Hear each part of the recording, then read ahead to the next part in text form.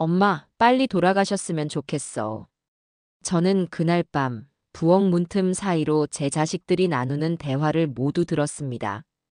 73년을 살아오면서 가장 추운 겨울이었습니다. 아니, 제 심장이 얼어붙는 순간이었습니다. 하지만 이 이야기는 그보다 6개월 전부터 시작됩니다. 시작 전 구독, 좋아요 꾹 눌러주세요. 저는 오늘 제 인생에서 가장 중요한 결정을 내렸습니다. 지금까지 인생을 살아오면서 가장 어렵고도 명확한 선택이었습니다. 제 이름은 박명자, 경상도 산골에서 태어나 평생을 떡 만들며 살아온 평범한 여자입니다. 하지만 오늘 제가 들려드릴 이야기는 결코 평범하지 않습니다. 이 이야기는 석 달 전, 봄이 막 오려던 3월 초부터 시작됩니다. 저는 동네 보건소에서 하는 무료 건강검진을 받으러 갔습니다. 혈압도 재고 혈액도 뽑았습니다. 일주일 뒤 결과를 들으러 갔을 때 의사 선생님의 표정이 심상치 않았습니다. 할머니, 큰 병원 가보셔야겠어요. 뭔데요, 선생님? 일단 정밀 검사부터 받아보세요. 제가 소견서 써드릴게요. 가슴이 철렁 내려앉았습니다. 평생 큰 병 없이 살았는데 70이 넘어서 병원 신세를 지게 될 줄이야.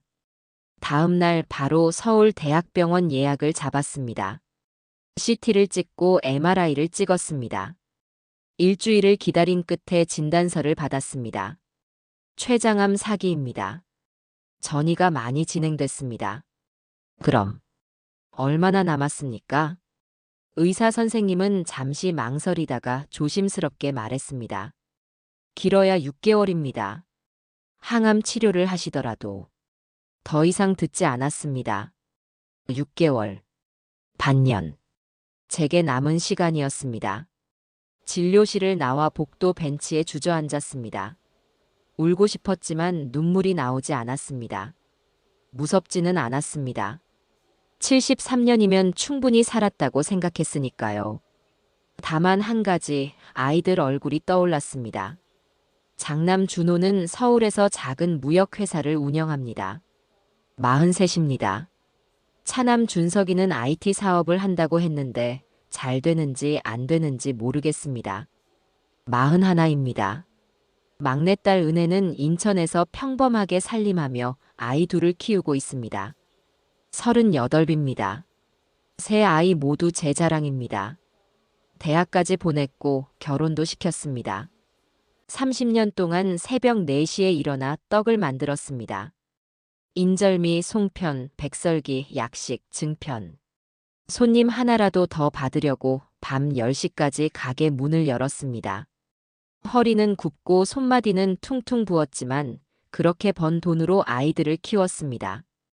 기억합니다. 준호가 중학교 입학식 때 새 교복을 못 사준다고 울던 제 모습을. 그날 밤 단골 손님이 떡을 많이 사주셔서 겨우 교복값을 마련했습니다. 준석이가 고등학교 때 학원비가 없어 혼자 공부하던 모습도 기억합니다. 은혜가 대학 등록금 때문에 휴학하려 할 때 제가 떡집 대출을 받아 등록금을 냈습니다. 그때는 힘들었지만 행복했습니다. 아이들의 웃는 얼굴을 보는 게 제 전부였으니까요. 남편 박철수는 10년 전 간암으로 세상을 떠났습니다. 마지막 순간까지 제 손을 꼭 잡고 말했습니다. 명자야, 당신 고생이 이제 끝이야. 아이들 다 컸잖아. 여보, 나도 곧 갈게요. 아니야. 당신은 오래오래 살아야 해. 손주들 보면서. 하지만 저는 이제 남편을 만나러 갈 시간이 다가온 것 같습니다. 집으로 돌아와 낡은 장롱을 열었습니다. 깊숙한 곳에는 오래된 나무 상자가 하나 있습니다. 상자를 꺼내 뚜껑을 열었습니다. 오래된 은행 통장 한 권이 들어 있습니다. 이 통장은 남편이 살아생전 만들어둔 비밀 계좌였습니다. 30년 동안 떡집 수익 중 일부를 몰래 적금으로 넣었습니다. 만기가 되면 다시 예금으로 굴렸습니다. 이자가 이자를 낳았습니다. 그리고 죽기 얼마 전 제게 통장을 건네주었습니다. 통장의 잔고는 12억 3,500만 원. 당시 통장을 건네받았을 때 손이 떨렸습니다. 그렇게 큰 돈이 있을 줄은 몰랐었습니다. 남편은 돌아가기 일주일 전 제게 이 통장을 건네며 말했었습니다. 여보, 이건 당신 혼자만 알고 있어. 아이들한테는 절대 말하지 마. 왜요? 아이들 거잖아요. 사람은 돈 앞에서 변하기 쉬워. 나는 우리 아이들을 믿지만 동시에 두려워. 내가 30년 동안 사람 사는 걸 많이 봤어. 착한 자식도 부모 재산 앞에서는 달라지더라고. 이 돈은 당신이 정말 힘들 때, 진짜 필요할 때만 써. 그때가 언제일지는 당신이 알게 될 거야. 무슨 소리예요? 우리 애들은 안 그래요. 그랬으면 좋겠어. 하지만 만약을 대비하는 거야. 약속해, 아이들한테 말하지 않겠다고. 알았어요, 여보. 그때는 무슨 말인지 이해하지 못했습니다. 우리 아이들이 왜 변하겠습니까? 우리가 피땀 흘려 키운 자식들인데. 하지만 이제는 알 것 같습니다. 남편의 걱정이 무엇이었는지. 상자 안에는 통장 외에 낡은 일기장도 하나 들어 있었습니다. 제가 30년 전 쓴 일기였습니다. 펼쳐보니 1995년 7월 3일자가 나왔습니다. 오늘 아내와 아이들과 함께 뒤뜰에 은행나무를 심었다. 준호는 10살, 준석이는 8살, 은혜는 5살. 아이들이 땀 흘리며 삽질하는 모습이 너무 예뻤다. 준호는 힘이 세서 구덩이를 깊게 팠고, 준석이는 나무를 꼭 잡고 있었고, 은혜는 작은 손으로 흙을 덮었다. 아내가 말했다. 얘들아, 이 나무가 크면 30년 뒤에 다시 모이자. 그때 엄마 아빠가 어떻게 늙었나 보자. 준호가 깔깔거리며 30년이요? 그럼 저 40이에요. 했다. 은혜가 아빠는 할아버지 되겠네. 하며 웃었다. 30년 뒤 우리 가족 모두 건강하게 그 약속을 지킬 수 있을까? 신께 기도한다. 일기장을 덮었습니다. 30년이 지났습니다. 하지만 아무도 그 약속을 기억하지 못합니다. 아이들은 이제 각자의 삶에 바쁩니다. 명절에도 얼굴 보기 힘듭니다. 작년 추석 때 아이들에게 물어봤습니다. 얘들아, 우리 집 뒤뜰 은행나무 기억나니? 은행나무요? 아, 그거 있었나? 준호가 무심하게 대답했습니다. 아빠랑 같이 심었잖아. 30년 전에. 엄마, 저는 기억 안 나는데요. 준석이 고개를 저었습니다. 은혜도 마찬가지였습니다. 아무도 기억하지 못했습니다. 그날 저녁 저는 결심했습니다. 아이들에게 제 병을 알리기로. 하지만 비밀 계좌에 대해서는 함구하기로. 그리고 한 가지 실험을 해보기로 했습니다. 제 자식들이 엄마를 돈으로 보는지 아니면 진짜 사랑으로 보는지. 휴대폰을 꺼내 카톡 단톡방에 메시지를 보냈습니다. 얘들아, 엄마가 할 말이 있어서. 이번 주 토요일에 다 같이 집에 좀 내려올 수 있겠니? 평소 같으면 읽씹이 기본이었는데 이번에는 답장이 빨랐습니다. 엄마, 무슨 일이세요? 준호. 알겠습니다. 갈게요. 준석. 엄마, 어디 아프세요? 은혜. 아니야, 그냥 얼굴 보고 싶어서. 사실 지난 1년간 아이들이 집에 온 횟수를 세어봤습니다. 준호는 2번, 준석이는 1번, 은혜는 5번. 명절 포함해서입니다. 전화는 더 뜸했습니다. 한 달에 1번 할까 말까였습니다. 제가 먼저 전화하면 항상 바쁘다고 했습니다. 엄마, 지금 회의 중이에요. 나중에 다시 걸게요. 어머니, 죄송한데 손님 왔어요. 끊을게요. 엄마, 애들 학원 데려다 줘야 해서요. 다음에 통화해요. 그 다음에는 오지 않았습니다. 저도 이제 더 이상 전화하지 않게 됐습니다. 귀찮게 하는 것 같아서요. 토요일 오후 2시, 제가 30년간 살아온 시골 한옥마당에 아이들이 모두 모였습니다. 며느리 둘, 사위 하나까지 총 6명이었습니다. 평소 바쁘다며 명절에도 안 오던 아이들이 한꺼번에 온 겁니다. 이상했습니다. 뭔가 느낌이 좋지 않았습니다. 아이들 표정에서 걱정보다는 긴장감이 보였습니다. 엄마, 그래서 무슨 일인데요? 장남 준호가 물었습니다. 옆에 앉은 며느리 정숙의 눈빛이 날카로웠습니다. 건강이 안 좋으세요? 저는 천천히 고개를 끄덕였습니다. 병원에서 검사를 받았는데 췌장암이래. 거실이 조용해졌습니다. 하지만 제가 기대했던 반응은 아니었습니다. 슬픔보다는 당혹감이 먼저 보였습니다. 어떤 계산이 눈빛에서 이루어지는 것 같았습니다. 그럼 치료는 어떻게 하세요? 차남 준석이 물었습니다. 의사가 말기라서 치료가 어렵대.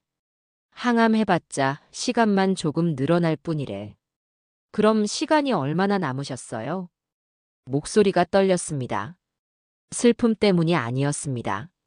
뭔가 다른 감정이 섞여 있었습니다. 의사가 6개월 정도라고 하더라. 그때 막내딸 은혜가 확 울음을 터뜨렸습니다. 엄마, 엄마. 달려와 제 품에 안겼습니다. 그 애만은 진짜로 우는 것 같았습니다. 어깨가 떨렸습니다. 잠시 침묵이 흘렀습니다. 준호와 준석은 서로 눈짓을 주고받았습니다. 뭔가 신호를 보내는 것 같았습니다.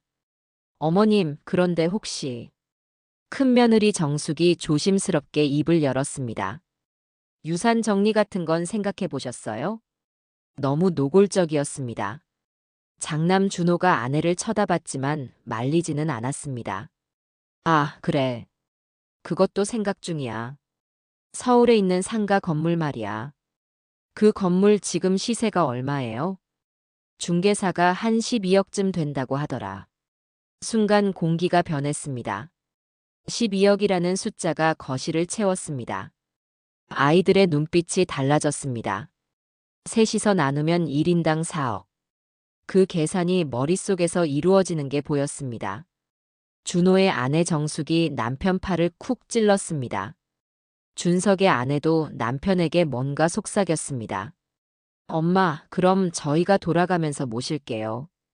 준호가 말했습니다. 아니에요, 우리가 모실게요. 형님 집은 좁잖아요. 우리 집이 더 넓어요. 준석이 끼어들었습니다. 형제가 서로 눈을 마주쳤습니다. 30년 만에 보는 경쟁심이었습니다. 뭔 소리야? 우리 집도 충분히 넓은데. 그리고 병원도 우리 집이 더 가까워. 무슨 소리예요? 거기서 거기지. 어머니, 우리 집으로 오세요. 제가 정말 잘 모실게요. 형제가 티격태격하는 모습을 보며 가슴이 답답해졌습니다. 엄마 걱정이 아니라 자기들끼리 경쟁하고 있었습니다. 엄마, 우리 집으로 오세요. 은혜도 말했지만 옆에 앉은 사위의 얼굴은 탐탁지 않아 보였습니다. 팔짱을 끼고 인상을 찌푸리고 있었습니다. 저는 그날 아무 결정도 내리지 않았습니다. 다만 이렇게만 말했습니다. 천천히 생각해 볼게. 누가 엄마를 진심으로 대하는지 지켜볼게. 그 말에 아이들 얼굴이 약간 굳었습니다. 하지만 이내 웃으며 엄마 무슨 말씀을 그렇게 하세요 하고 둘러댔습니다. 저녁을 먹으며 아이들은 계속 건물 이야기를 꺼냈습니다. 엄마, 건물 임대료는 매달 얼마씩 나와요? 세입자는 몇 명이에요? 건물 명의는 엄마 앞으로 돼 있죠? 그날 이후 제 휴대폰이 미친 듯이 울렸습니다. 평소 한 달에 한 번도 전화 안 하던 아이들이 매일 전화했습니다. 엄마, 밥은 드셨어요? 엄마, 약은 챙겨 드세요. 엄마, 이번 주말에 제가 갈게요. 처음에는 기뻤습니다. 아이들이 엄마를 걱정하는구나. 하지만 전화 끝에는 항상 이런 질문이 붙었습니다. 그나저나 엄마, 건물 임대료는 매달 얼마씩 들어와요? 엄마, 다른 재산은 없으세요? 예금이나 적금 같은 거요. 엄마, 유언장은 공증 받으셔야 해요. 제가 변호사 소개해 드릴까요? 심장이 서늘해졌습니다. 하지만 저는 참았습니다. 아직 섣부른 판단을 해선 안 된다고 스스로를 다독였습니다. 어쩌면 제가 오해하는 걸 수도 있다고 생각했습니다. 어느 날은 준호가 전화해서 이렇게 물었습니다. 엄마, 혹시 보험 들어놓으신 거 있어요? 보험? 네, 생명보험이요. 요즘은 암 진단 받으면 보험금 나오잖아요. 그런 거 없어. 아, 그렇구나. 알겠습니다. 전화를 끊고 한참을 멍하니 앉아 있었습니다. 보험금. 아들이 엄마의 보험금을 물어보다니. 일주일 뒤 장남 준호가 차를 끌고 내려왔습니다. 엄마, 우리 집으로 가시죠. 제가 모실게요. 갑자기 왜 그러니? 엄마 혼자 계시면 위험하잖아요. 쓰러지시기라도 하면 어떡해요. 그리고 병원도 서울이 더 좋잖아요. 거절할 수 없었습니다. 사실 혼자 있기가 점점 힘들어지고 있었습니다. 밥 먹기도 힘들고 몸도 자꾸 아팠습니다. 그렇게 저는 서울 변두리 아파트로 올라갔습니다. 30평짜리 아파트의 작은 방 하나가 제 공간이 되었습니다. 창문도 없는 좁은 방이었습니다. 예전에 창고로 쓰던 곳 같았습니다. 박스들이 쌓여 있었습니다. 엄마, 여기서 쉬세요. 제가 병원 모시고 다닐게요. 방이 좀 작아도 이해해 주세요. 저희 집이 크지 않아서요. 첫날은 괜찮았습니다. 며느리가 밥도 차려줬고 준호도 자주 방에 들어와 안부를 물었습니다. 하지만 사흘이 지나자 분위기가 달라졌습니다. 어머님, 병원비가 너무 많이 나와요. 며느리 정숙이 언짢은 표정으로 말했습니다. 이번 달 검사비만 250만 원 나왔어요. 약값도 80만 원이고요. 그럼 내가 낼게. 엄마 통장에 돈이 얼마나 있으세요? 앞으로도 계속 이렇게 나올 텐데요. 항암 치료하시면 한 달에 500만 원씩 나온대요. 조금 있어. 조금이 얼마예요? 솔직히 말씀해 주세요. 우리도 계획을 세워야 하잖아요. 저희도 애 둘 키우느라 여유가 없어요. 결국 저는 떡집 통장을 보여줬습니다. 30년 동안 조금씩 모은 돈 8천만 원이 들어 있었습니다. 정숙의 눈이 반짝였습니다. 이게 다예요? 건물 임대료는요? 그건 따로 관리하고 있어. 어느 은행이요? 통장 좀 보여주세요. 저희가 관리 좀 도와드릴게요. 너무 노골적이었습니다. 하지만 저는 나중에라고만 대답했습니다. 며칠 뒤 통장 잔액을 확인했습니다. 3천만 원이 빠져나가 있었습니다. 가슴이 철렁 내려앉았습니다. 준호를 불러 물었습니다. 준호야, 엄마 통장에서 돈이 나갔는데? 아, 그거요? 제가 급하게 쓸 일이 있어서 먼저 썼어요. 곧 넣어드릴게요. 무슨 일인데? 사업 자금이요. 거래처에서 갑자기 선입금 요구해서요. 걱정 마세요, 엄마. 다음 달에 꼭 넣어드릴게요. 그래. 하지만 돈은 돌아오지 않았습니다. 그리고 병원은 점점 덜 가게 됐습니다. 일주일 뒤 병원 예약 날이었습니다. 엄마, 오늘은 병원 안 가셔도 될 것 같아요. 집에서 쉬세요. 약이 떨어졌는데. 인터넷으로 주문할게요.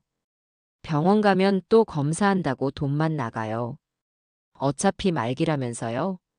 검사해봤자 똑같아요. 충격이었습니다. 어차피 말기라면서요? 제 아들이 한 말이었습니다. 한 달이 지나자 저는 거의 방에 갇혀 지냈습니다. 식사도 하루 두 끼로 줄었습니다. 아침은 걸으라고 했습니다. 엄마, 아침은 토스트랑 우유로 드세요. 제가 출근해야 해서 따로 못 차려드려요. 며느리는 제 방문을 잘 열지 않았습니다. 하루 종일 혼자 좁은 방에 앉아 있었습니다. 화장실 가는 것도 눈치가 보였습니다. 손주들도 저를 피했습니다. 할머니 방에서 이상한 냄새나. 할머니 무서워. 얼굴이 너무 아파 보여. 아이들이 복도에서 속삭이는 소리가 들렸습니다. 며느리가 혼내지 않았습니다. 어느 날 밤 화장실을 가려고 방문을 살짝 열었습니다. 시계를 보니 밤 11시였습니다. 거실에 불이 켜져 있었습니다. 준호 부부가 속삭이는 소리가 들렸습니다. 발소리를 죽이고 복도에 섰습니다. 거실 문틈 사이로 목소리가 새어나왔습니다. 당신 엄마 언제쯤 돌아가실까? 심장이 얼어붙었습니다. 제 귀를 의심했습니다. 하지만 며느리의 목소리는 계속됐습니다. 의사가 6개월이라고 했으니까. 이제 5개월 남았지? 빨리 돌아가시면 우리 좀 편할 텐데. 쉿! 소리 작게 해. 들으시면 어떡해. 뭐 어때? 사실이잖아. 병원비만 벌써 500만 원 넘게 나갔어. 항암 치료 시작하면 매달 1000만 원씩 나간대.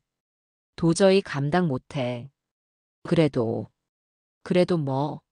당신 건물 받으면 우리가 얼마나 받을 수 있는지 계산해 봤어? 응. 12억을 셋이서 나누면 1인당 4억. 그것도 동생들이 순순히 똑같이 나누자고 하면요. 우리가 제일 오래 모셨으니까 더 받아야죠. 최소 6억은 받아야 해요. 그렇긴 한데. 동생들이 가만히 있을까? 설득해야죠. 엄마 통장에서 3천만 원 쓴 것도 동생들한테는 비밀이에요. 들키면 안 돼요. 알았어. 조심할게. 그리고 엄마 병원 좀 덜 데려가요. 어차피 말기잖아요. 돈만 낭비해요. 그 돈이면 우리 애들 학원비라도 내야죠. 저는 더 이상 듣지 못했습니다. 그 자리에서 주저앉았습니다. 다리에 힘이 풀렸습니다. 눈물이 나지 않았습니다. 너무 충격적이어서 슬픔조차 느껴지지 않았습니다. 제 아들과 며느리가 제 죽음을 기다리고 있었습니다. 빨리 죽기를 바라고 있었습니다. 다음 날 아침, 저는 가방을 챙겼습니다. 더 이상 여기 있을 수 없었습니다. 엄마, 어디 가세요? 준호가 물었습니다. 차남 집에 가볼게. 왜요? 여기가 불편하세요? 아니야. 준석이도 보고 싶어서. 준호는 말리지 않았습니다. 오히려 안도하는 표정이었습니다. 짐 싸는 것도 도와주지 않았습니다. 그럼 조심히 가세요, 엄마. 현관문을 나서는데 며느리가 안방에서 나왔습니다. 어머니 가세요? 좀 더 계셔도 되는데. 그럼 조심해서 가세요. 인사치레조차 성에 없었습니다. 차남 준석의 집은 경기도 신도시에 있었습니다. 40평대 아파트였습니다. 장남 집보다 컸습니다. 어머니, 어서 오세요. 형님 집에서 편찮으셨어요? 준석과 며느리가 환하게 웃으며 반겼습니다. 이번에는 큰 방을 내줬습니다. 침대도 새 것이었습니다.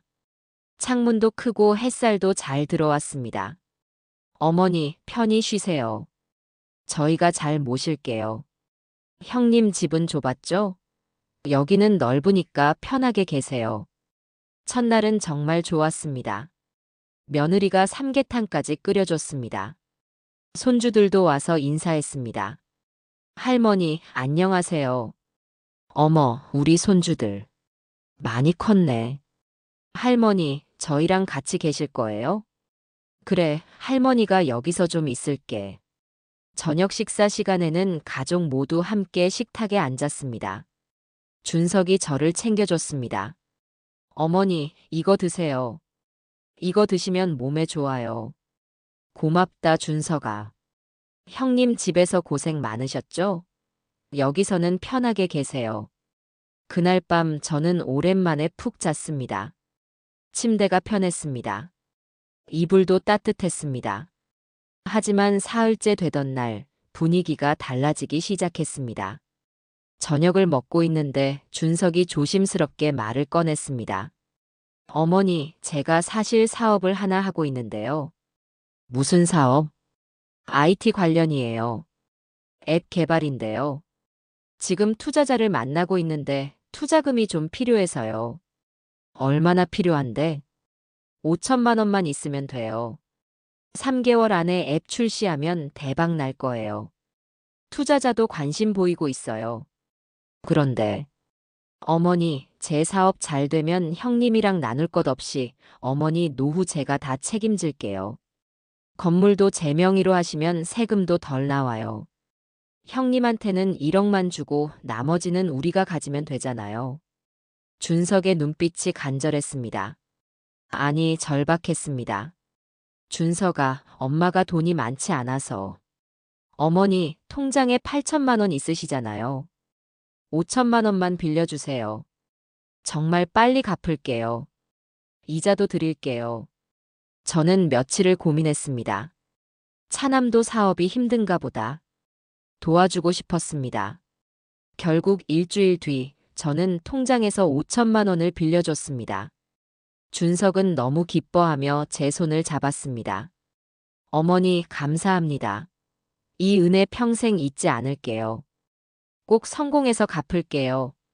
그런데 2주가 지나자 준석의 태도가 달라졌습니다. 저를 피하기 시작했습니다. 퇴근하면 바로 방으로 들어갔습니다. 한 달이 지났습니다. 사업이 어떻게 됐는지 물어봤습니다. 준석아, 앱 개발은 어떻게 됐니? 준석의 얼굴이 굳었습니다. 어머니, 그게 무슨 일이니? 투자자가 사기꾼이었어요. 돈이 다 날아갔어요. 뭐라고? 머릿속이 하얘졌습니다. 경찰 신고했는데 돈 찾기 힘들대요. 어머니, 정말 죄송해요. 나중에 꼭 갚을게요. 그럼 내 돈은? 일단 시간을 좀 주세요. 제발 형님한테는 말하지 마세요. 형님이 알면 난리 날 거예요. 저는 아무 말도 하지 못했습니다. 5천만 원. 제가 30년 동안 아껴 모은 돈의 절반이 사라졌습니다. 그날 밤부터 며느리의 태도도 달라졌습니다. 어머니, 식사는 간단하게 하셔야겠어요. 저희도 형편이 어려워서요. 미안하구나. 그리고 어머니, 죄송한데 저희 집에 너무 오래 계시면 안 될 것 같아요. 형님도 모셨으니까 이제 막내댁 차례 아닌가요? 일주일 뒤 저는 다시 짐을 쌌습니다. 저는 막내딸 은혜 집으로 갔습니다. 인천의 작은 빌라였습니다.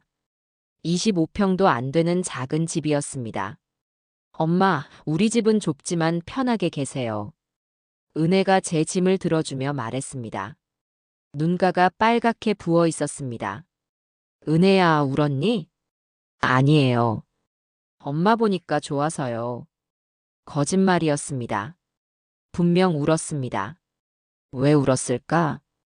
은혜는 매일 아침 출근 전에 제 약을 챙겨줬습니다. 아침 식사도 꼭 차려줬습니다. 퇴근하면 제 방에 들어와 이야기를 나눴습니다. 엄마, 오늘 하루 어떠셨어요? 좋았어. 많이 아프세요? 괜찮아. 엄마, 제가 발 마사지 해드릴게요.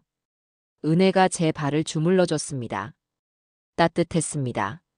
눈물이 났습니다. 엄마, 왜 우세요? 아니야. 그냥 고마워서. 하지만 일주일쯤 지났을 때 은혜 남편 태수의 목소리가 들렸습니다. 밤이었습니다. 부부가 안방에서 이야기하는 소리가 방문 틈으로 들렸습니다. 여보, 장모님은 언제까지 계실 건가? 여보, 우리 엄마잖아. 형님들도 있는데 왜 우리가 모셔야 해? 우리도 애 둘 키우느라 힘들잖아. 생활비도 빠듯한데. 엄마가 아프신데 어떡해. 그럼 요양원이라도 알아봐. 우리 형편에 장모님까지 모시기 힘들어. 솔직히 형님들은 돈도 더 많잖아. 왜 우리한테 떠넘기는 거야? 떠넘기는 게 아니야. 오빠들이 제대로 안 모셔서 엄마가 오신 거야. 그러니까 형님들도 못 모시겠다는 건데 우리가 왜 모셔야 해? 우리가 호구야? 그만해.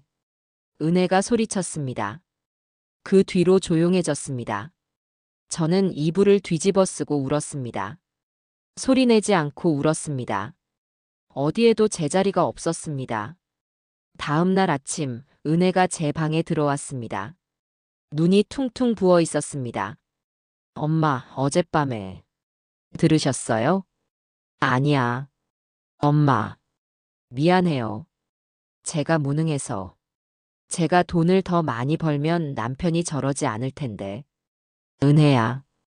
엄마, 조금만 참아주세요. 제가 태수 설득할게요. 제발 나가지 마세요. 하지만 며칠 뒤 사위의 얼굴은 더 굳어졌습니다. 저를 쳐다보지도 않았습니다. 아이들도 저를 피하기 시작했습니다. 결국 저는 결정했습니다. 더 이상 은혜에게 짐이 되고 싶지 않았습니다. 은혜야, 엄마 집에 갈게. 엄마 안 돼요. 괜찮아. 엄마 혼자서도 잘할 수 있어. 엄마 제발요. 제가 잘할게요. 아니야. 내 가정이 편해야 엄마도 편해. 은혜는 한참을 울었습니다. 하지만 막지는 못했습니다. 그렇게 저는 다시 시골 한옥으로 돌아왔습니다. 세 자녀의 집을 모두 거쳤습니다.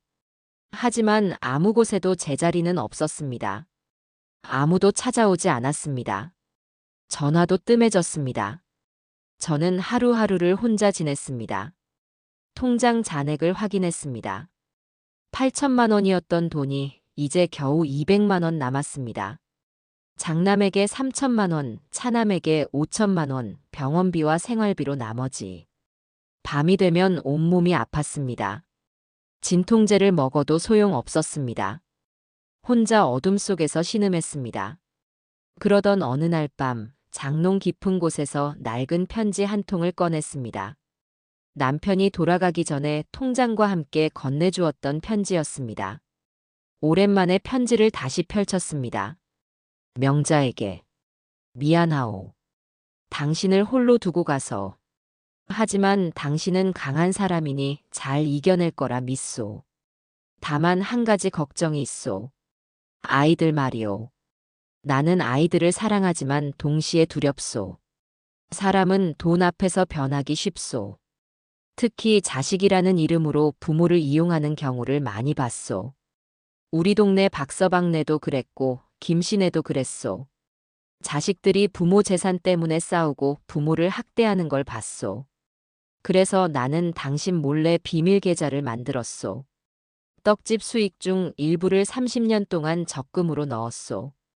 계속 예금으로 묶어두면 더욱 큰 목돈이 되어 있을 거요. 이건 당신 혼자만 알고 있으시오. 아이들에게는 절대 알리지 마시오.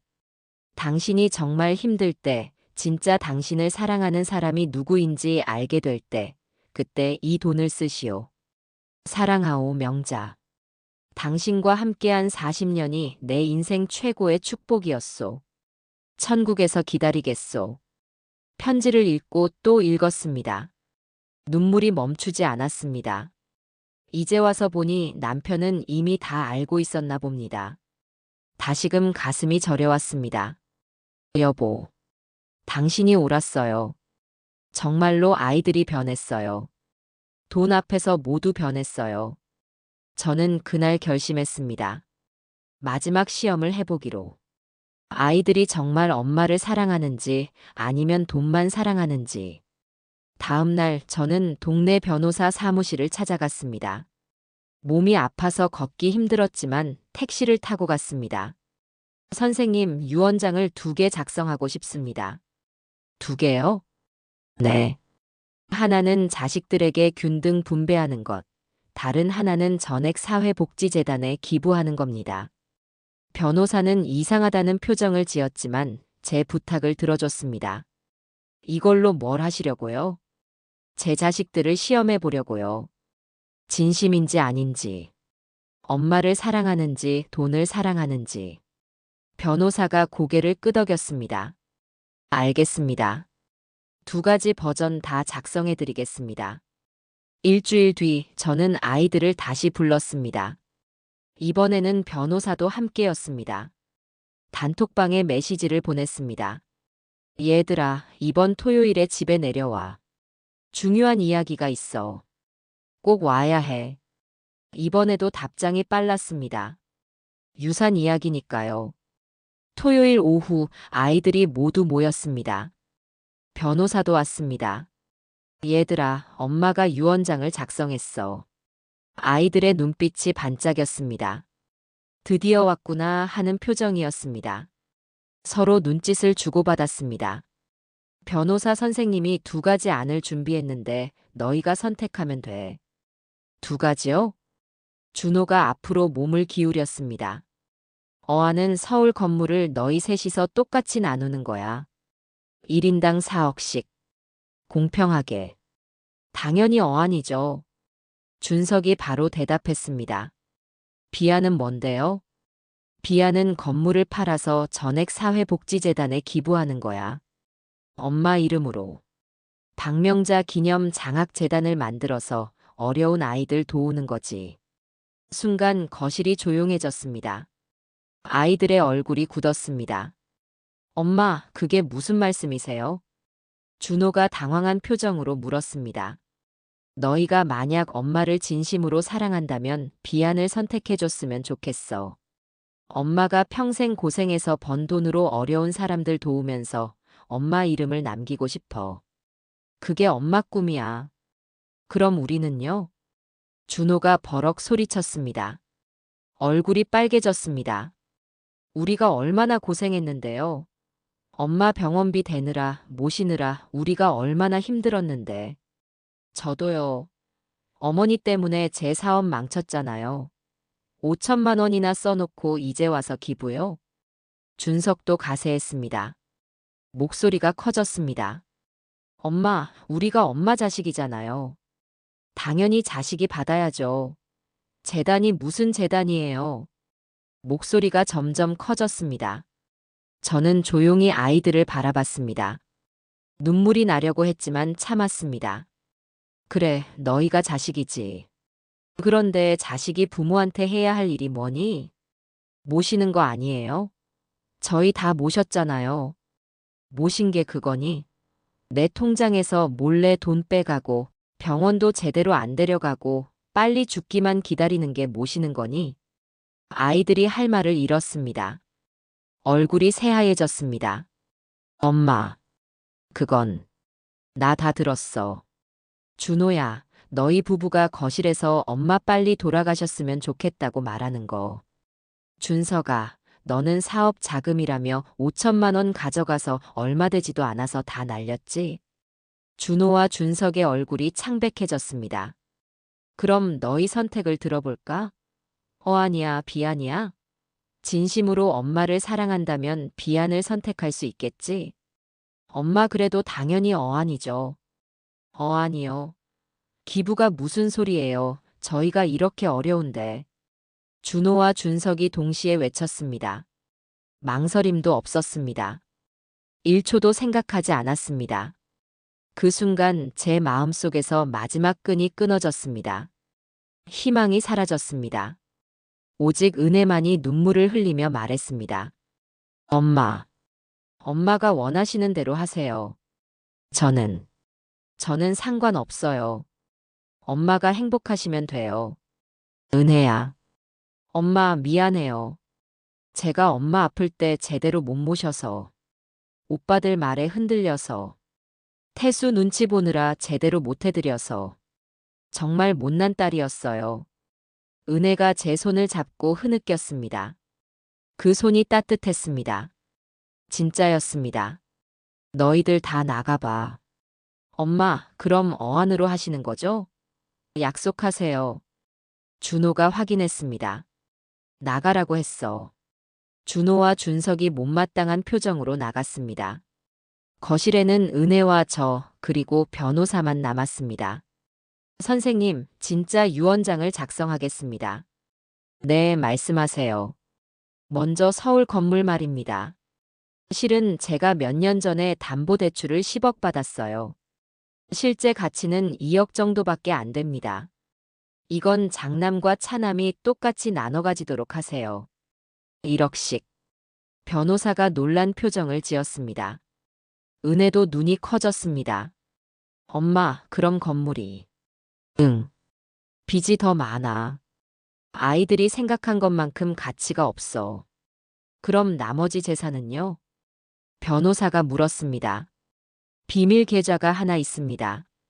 남편이 30년 동안 모아둔 통장이에요. 잔액이 12억 3천만 원입니다. 이 돈은 은혜에게 전액 상속합니다. 엄마. 은혜가 놀라 소리쳤습니다. 저는 필요 없어요. 오빠들 주세요. 저는 괜찮아요. 아니야. 이건 내 거야. 너만이 엄마를 엄마로 봐줬어. 돈으로 보지 않았어. 그리고 이 돈에는 조건이 있어. 은혜야, 잘 들어. 네, 엄마. 이 돈으로 무료 급식소를 만들어줘. 명잔의 밥상이라고 이름 짓고. 가난한 사람들, 혼자 사는 노인들한테 따뜻한 밥 한 끼씩 주는 거야. 그게 엄마 평생 꿈이었어. 남한테 베푸는 살. 그게 진짜 부자라고 엄마는 생각해. 네, 엄마. 꼭 그렇게 할게요. 그리고 우리 집 뒤뜰에 은행나무 있지? 30년 전에 너희 아빠랑 같이 심은 나무 기억하냐고 했었지? 네, 알아요. 그 나무를 장남과 차남에게 한 그루씩 나눠주세요. 은행나무요? 변호사가 되물었습니다. 네. 30년 전 우리 가족이 함께 심은 나무입니다. 유언장에 이렇게 적어주세요. 이 나무를 볼 때마다 어린 시절을 기억하길 바란다.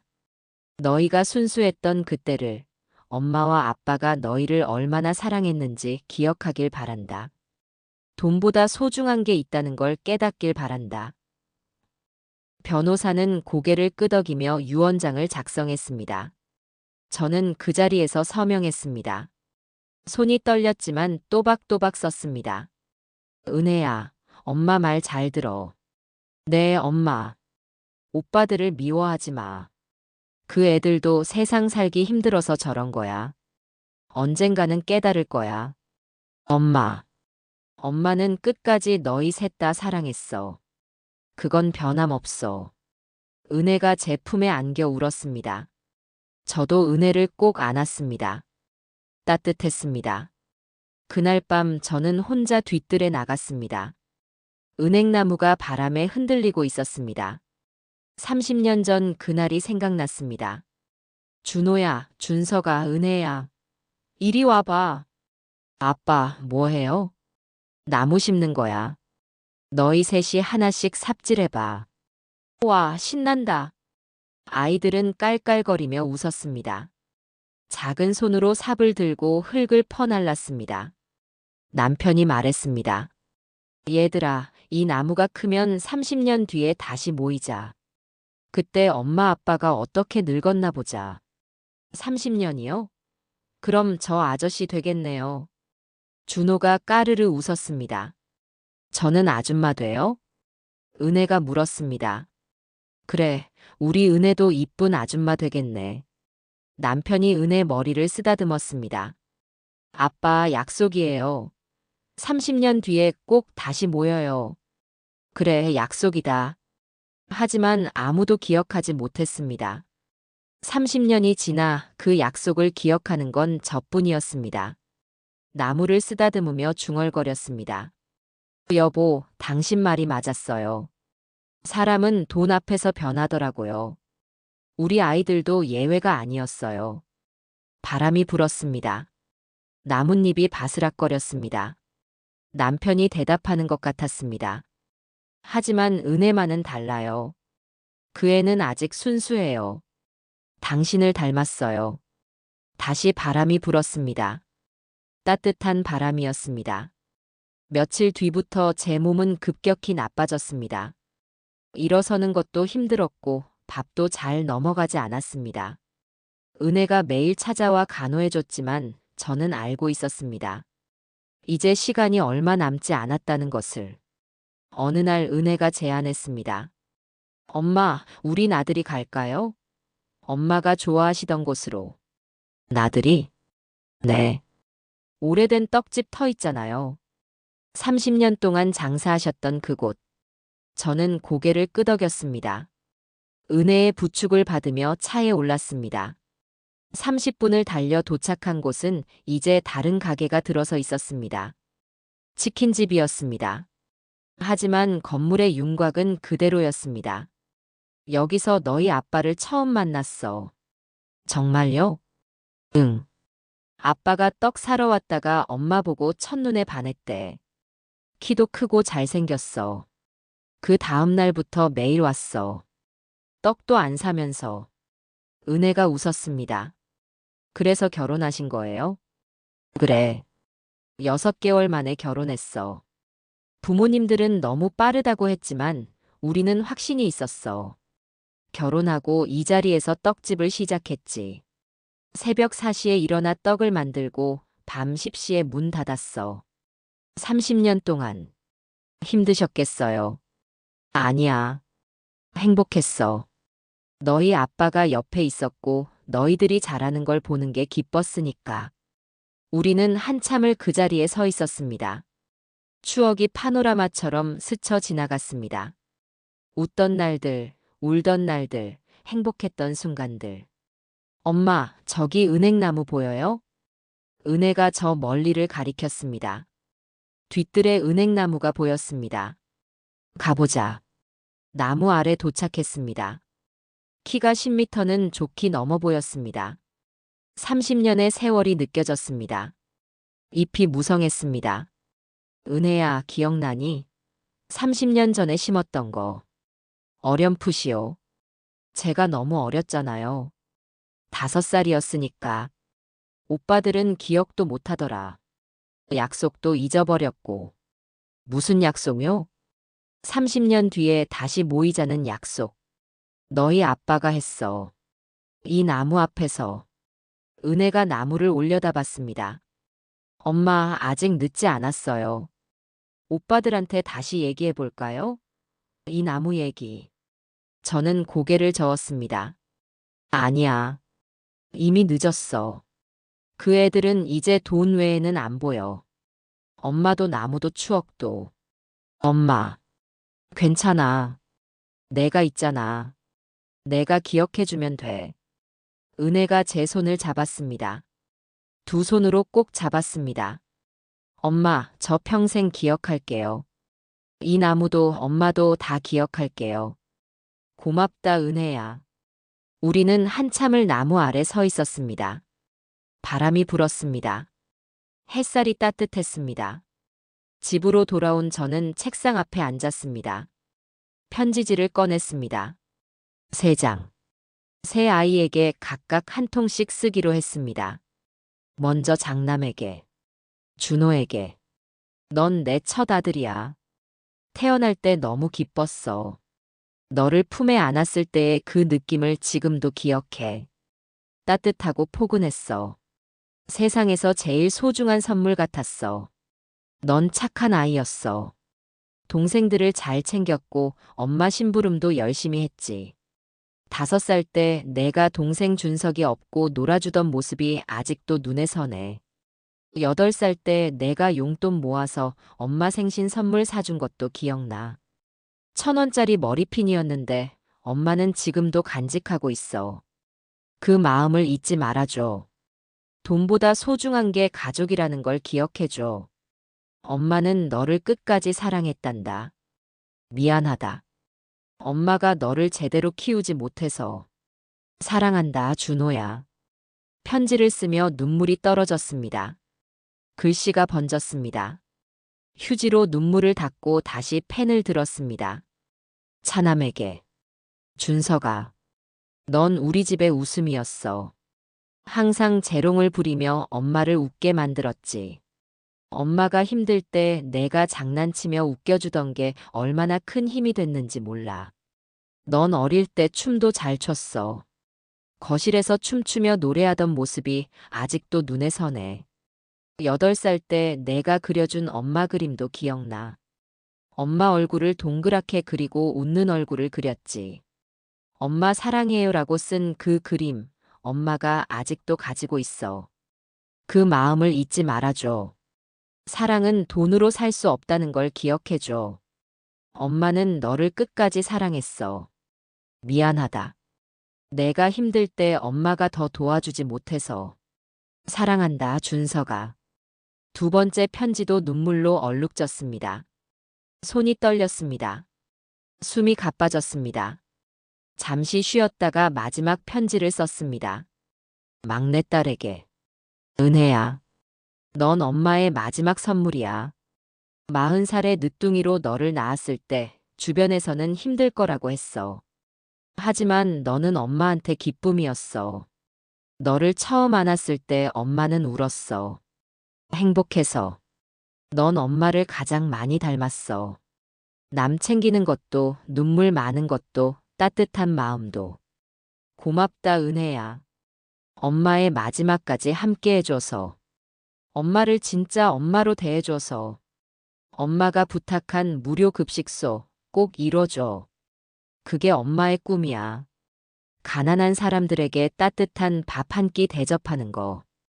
그게 진짜 부자야. 너라면 할 수 있을 거야. 그리고 오빠들을 미워하지 마.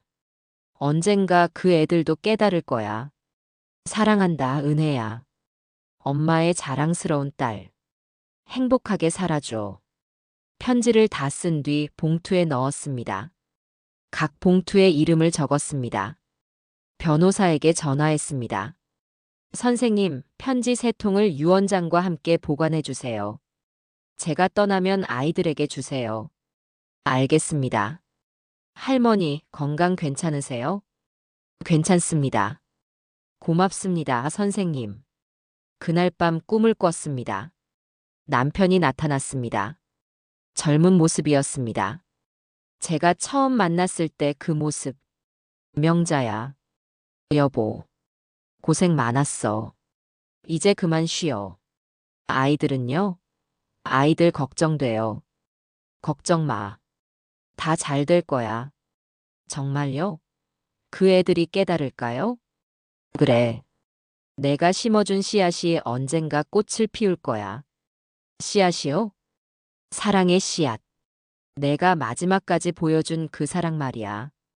그 사랑이 언젠가 아이들을 변화시킬 거야. 여보, 보고 싶었어요. 나도 보고 싶었어. 이제 곧 만날 수 있어. 남편이 손을 내밀었습니다. 저는 그 손을 잡았습니다. 따뜻했습니다. 편안했습니다. 조금만 더 기다려줘. 곧 갈게. 천천히 와. 기다릴게. 꿈에서 깨어났을 때 은혜가 옆에 앉아 있었습니다. 제 손을 잡고 있었습니다. 엄마, 괜찮으세요? 신음소리 나서 들어왔어요. 응, 괜찮아. 꿈 꿨어. 무슨 꿈? 아빠 꿈. 아빠가 이제 오라고 하네. 은혜의 눈에 눈물이 고였습니다. 엄마, 가지 마세요. 은혜야, 울지 마. 엄마는 행복했어. 엄마, 너희가 있어서 행복했어. 힘들기도 했지만 후회는 없어. 엄마 인생은 축복이었어. 은혜가 제 손을 꼭 쥐었습니다.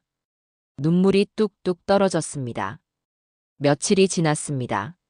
몸이 점점 더 안 좋아졌습니다. 이제 침대에서 일어날 수도 없었습니다. 은혜가 연락했는지 준호와 준석도 찾아왔습니다. 엄마. 준호가 제 손을 잡았습니다. 눈물을 흘리고 있었습니다. 미안해요, 엄마.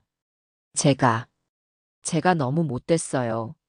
엄마한테 정말 못된 짓 했어요. 준석도 무릎을 꿇고 울었습니다. 어머니, 용서해 주세요. 저도 잘못했어요. 돈 때문에. 돈 때문에 엄마를 잊어버렸어요. 저는 고개를 저었습니다. 손을 들어 아이들 머리를 쓰다듬었습니다. 괜찮아. 엄마는 너희를 끝까지 사랑했단다. 엄마. 새 아이가 제 주변에 모였습니다. 손을 잡았습니다. 따뜻했습니다. 오랜만에 느끼는 온기였습니다. 엄마가 마지막으로 부탁할게. 네, 엄마. 서로 사랑하며 살아라. 돈보다 가족이 소중한 거야. 네, 엄마. 그게 엄마의 진짜 유산이야. 돈이 아니라 사랑이 진짜 유산이야. 숨이 가빠졌습니다. 시야가 흐려졌습니다. 하지만 마음은 편안했습니다. 엄마, 가지 마세요. 은혜가 울부짖었습니다. 저는 마지막 힘을 다해 말했습니다. 고맙다. 네. 아이들아, 엄마는 행복했어. 사랑한다. 정말 사랑한다. 창밖으로 햇살이 들어왔습니다. 따뜻했습니다. 은행나무 잎이 바람에 흔들리는 게 보였습니다. 30년 전 그날이 떠올랐습니다. 남편과 아이들이 함께 웃던 그날. 행복했던 그날들. 순수했던 시간들. 저는 천천히 눈을 감았습니다. 여보, 이제 갑니다. 기다렸죠? 이제 다시 만날 수 있네요. 10년 동안 보고 싶었어요. 아이들 걱정은 내려놓겠습니다. 제가 남긴 마지막 가르침이 언젠가 그 아이들을 변화시킬 거라 믿습니다. 사랑은 주는 게 아니라 기억하는 것이라는 걸 그 아이들이 언젠가 깨닫겠죠. 숨이 점점 얕아집니다. 하지만 두렵지 않습니다. 오히려 평화로운 것 같습니다. 제 인생은 행복했습니다. 사랑하는 사람들과 함께 했으니까요. 돈으로는 살 수 없는 것들을 많이 가졌으니까요.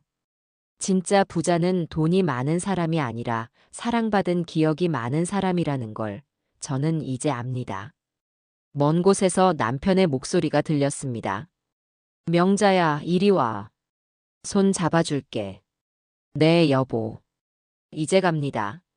마지막으로 아이들의 손을 느꼈습니다. 따뜻했습니다.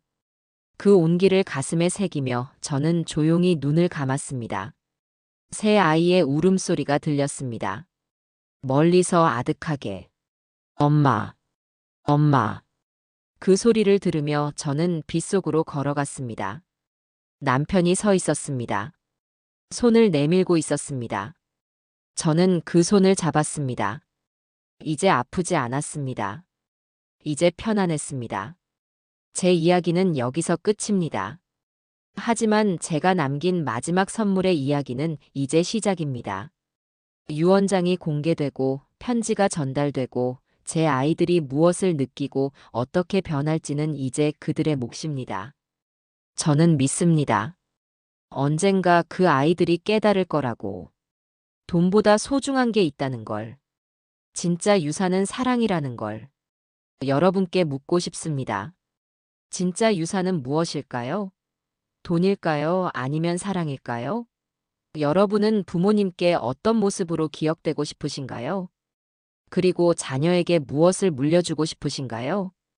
사랑은 주는 게 아니라 기억하는 것입니다. 여러분의 소중한 사람들을 오늘 한 번 더 안아주세요. 내일은 늦을 수 있습니다. 댓글로 여러분의 생각을 들려주세요. 여러분의 이야기가 또 다른 누군가에게 위로가 될 수 있습니다.